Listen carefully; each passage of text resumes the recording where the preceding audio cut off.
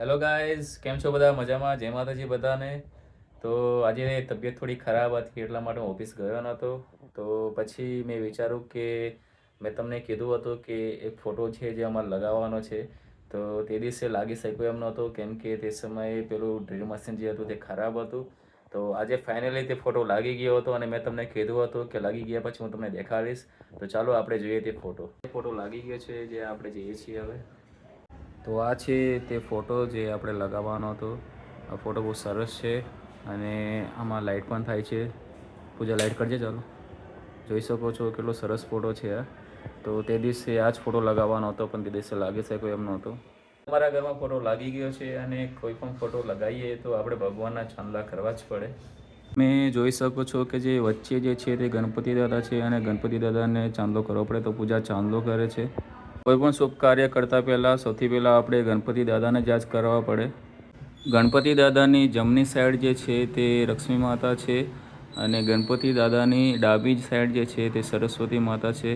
અમે લોકોએ જોયો કે બહુ સરસ એવો ફોટો જ હતો અને હવે થઈ છે સાંજ અને અત્યારે વાગ્યા છે 5:30 અને આખો દિવસ હું આજે તબિયત ખરાબ હતી એટલે રૂમમાં જ હતો.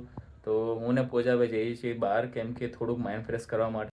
તો હું થઈ ગયો છું ફ્રેશ અને હું અને પૂજાભાઈ જઈશું બહાર. તો મળીએ હવે થોડી વાર પછી. આજે હું તમને એક વસ્તુ દેખાડીશ કે જે પૂજાના બહુ ફેવરેટ છે તે છે આ બા. પૂજા શું કહીશ બા વિશે? બાનો સ્વભાવ બહુ સારો છે. બા બહુ સરસ બોલે છે. બા તમે શું કહેશો? શું કહું? કંઈ પણ કહો. આજે બાનો શ્રાવણ મહિનાનો છેલ્લો દિવસ હતો તો બાને પૂછું કે આજનો શ્રાવણ મહિનો કેવો ગયો? બા તમારો શ્રાવણ મહિનો કેવો ગયો? સારો ગયો. સારો ગયો ને? સારો ગયો. હા, બાનો શ્રાવણ મહિનો બહુ સરસ ગયો છે. ઓકે. સરસ ગયો હો. ભજન ગાયા છે કે નહીં બા? ગાયા તા. ગાયા હતા ને? બાએ ભજન પણ ગાયા છે આજે. ગાયા તા ભજન. સારું. તો હું અને પૂજા આવ્યા છીએ ગાર્ડનમાં. જે આ ગાર્ડન જે છે અમારા ઘરથી બહુ નજીક છે અને હું ને પૂજા પહેલાં જમીને ડેલી આવતા હતા અહીંયા પણ હમણાંથી આવતા નહોતા બિકોઝ કે અહીંયા વરસાદના લીધે બહુ પાણી ભરાઈ ગયા હતા. જ્યાં હા, બોલ. આજે તું ગાર્ડનમાં બહુ દિવસ પછી આવી છે તો તું શું કહીશ? હું તો એમ જ કહીશ કે આજે બહુ દિવસ પછી આવીશું તો ખૂબ સારું લાગે છે કેમ કે અહીંયા ગ્રીનરી બહુ બધી છે અને નાના નાના છોકરાઓ જોવા મળે છે અને વૃદ્ધ લોકો જોવા મળે છે અને મને રિયલ લાઈફમાં જે ઘરડા માણસ હોય મને બહુ જ ગમે છે. એટલા માટે મને ગાર્ડનમાં આવવું તો બહુ જ ગમે છે. તો તમે લોકો જોયું કે પૂજાને આવી રીતે ગ્રીનરી અને ગાર્ડન બહુ જ ગમે છે અને અમે લોકો પણ ડેલી અહીંયા વોકિંગ કરતા હતા અને હવે અમે ફરીથી સ્ટાર્ટ કરીશું વોકિંગ કરવાનું ડેલી જમીને રાતે. તમે જોઈ શકો છો કે આ જે ગાર્ડન જે છે તે બહુ જ વિશાળ છે, બહુ મોટું બનાવ્યું છે.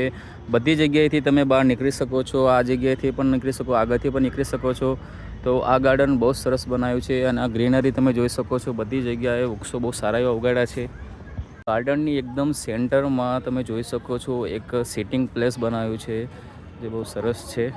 તમને હું એ પ્લેસ દેખાડીશ કે ડેલી રાતે અહીંયા નાના બાળકો અને ઘણા લોકો મીન્સ કે કસરત કરતા હોય છે અને મીન્સ કે રમતા પણ હોય છે. ઘણી બધી ઘરેથી વસ્તુઓ લઈને આવે છે. આ ગાર્ડન એટલું સાફ રાખે છે કે કાલે સારું એવું વાવાઝોડું અને વરસાદ પડ્યો હતો તો જે ઝાડના સૂકા પાંદડા પણ હતા એ પણ એ લોકોએ સારી રીતે ક્લીન કરી નાખ્યા છે. શકો છો કે આ પાંદડા એકદમ સુકાઈ ગયા છે બટ તો પણ અહીંયા સારું એવું ક્લિનિંગ કર્યું છે આ લોકોએ. અહીંયા લોકો રેસિંગ કરવા માટે પણ આવે છે કે ડેલી એ લોકો પ્રેક્ટિસ કરતા હોય છે અને પછી જોઈ લો છો કે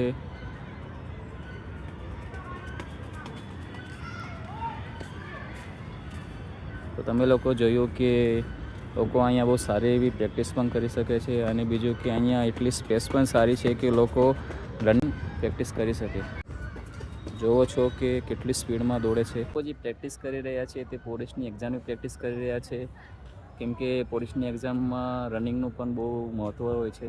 તો અહીંયા ગાર્ડનમાં હિંચકા, રક્સની બધું જ છે જે નાના બાળકો માટે બહુ જ મજા આવે એવું છે અને ડેલી રાતે એમના માતા પિતા એમને અહીં લઈને આવે છે અને છોકરાઓને બહુ જ મજા આવે છે. અહીંયા હું તમને દેખાડીશ કે બહુ સારા સારા સાધનો છે અહીંયા. તો તમે લોકો જોઈ શકો છો કે આ ગાર્ડન બહુ સરસ છે. અહીંયા રોશની છે અને અહીંયા ઘણા બધા એવા સાધનો છે કે જે લોકો અહીંયા કસરત કરવા પણ આવે છે. તો તમે જોઈ શકો છો કે અહીંયા જુઓ કે નાના બાળકો પાણી ભરાઈ ગયા છે તો એમને તો બહુ મજા પડી ગઈ છે આ પાણીમાં તો મસ્તી કરી રહ્યા છે.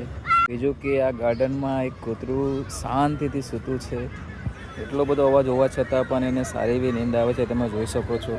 આ લોકો યોગા કરવા પણ આવે છે અને અહીંયા બહુ જ બધી એક્ટિવિટી થાય છે. લોકો જોઈ શકો છો કે લોકો અહીંયા ધ્યાન કરી રહ્યા છે. તો અત્યારે અમે આવ્યા છીએ જોગણી માતાના મંદિરે દર્શન કરવા માટે અને અમે જ્યારથી આવ્યા છીએ ત્યારથી પૂજા અને માતાજી વાતો જ કરી રહ્યા છે. જે હું તમને દેખાડું, ધ્યાનના પૂજા અને માતાજી વાતો જ કરે છે અને સાથે સાથે ચા પણ પીએ છે. અને જ્યારથી આવી છે પૂજા અહીંયા ત્યારથી મને ભૂલી ગઈ છે, તો તમે જોઈ શકો છો. જય માતાજી. માતાજી કેમ છો? મજામાં ને? મને વાત મળી કે તમે બગદાણા ગયા હતા, મજા આવી તમને?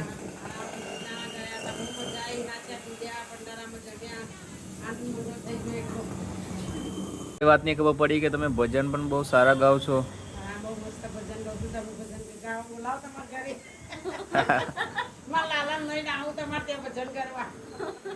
ચોક્કસ બોલાવીશું. જય માતાજી. તો અમે આવી ગયા છીએ પાછા ઘરે, પણ રસ્તામાં કંઈક આંખમાં આવી ગયું છે, એના લીધે મને આંખમાં બહુ જ બરે છે અને આંખ મારી બિલકુલ ખોટી જોઈ શકો છો, એકદમ લાલ થઈ ગઈ છે. તો હું હવે આંખમાં ટીપા નાખી દઈશ અને ટીપા નાખીને પછી હું સૂઈ જઈશ. તો આ વ્લોગ અહીંયા જ પૂરો થાય છે. તો આવા જ વિડીયો આગળ જોવા માટે અમારી ચેનલને લાઇક, શેર અને સબસ્ક્રાઈબ કરજો અને બેલ આઇકોનને પ્રેસ કરવાનું બિલકુલ ભૂલતા નહીં. તો બધાને જય માતાજી.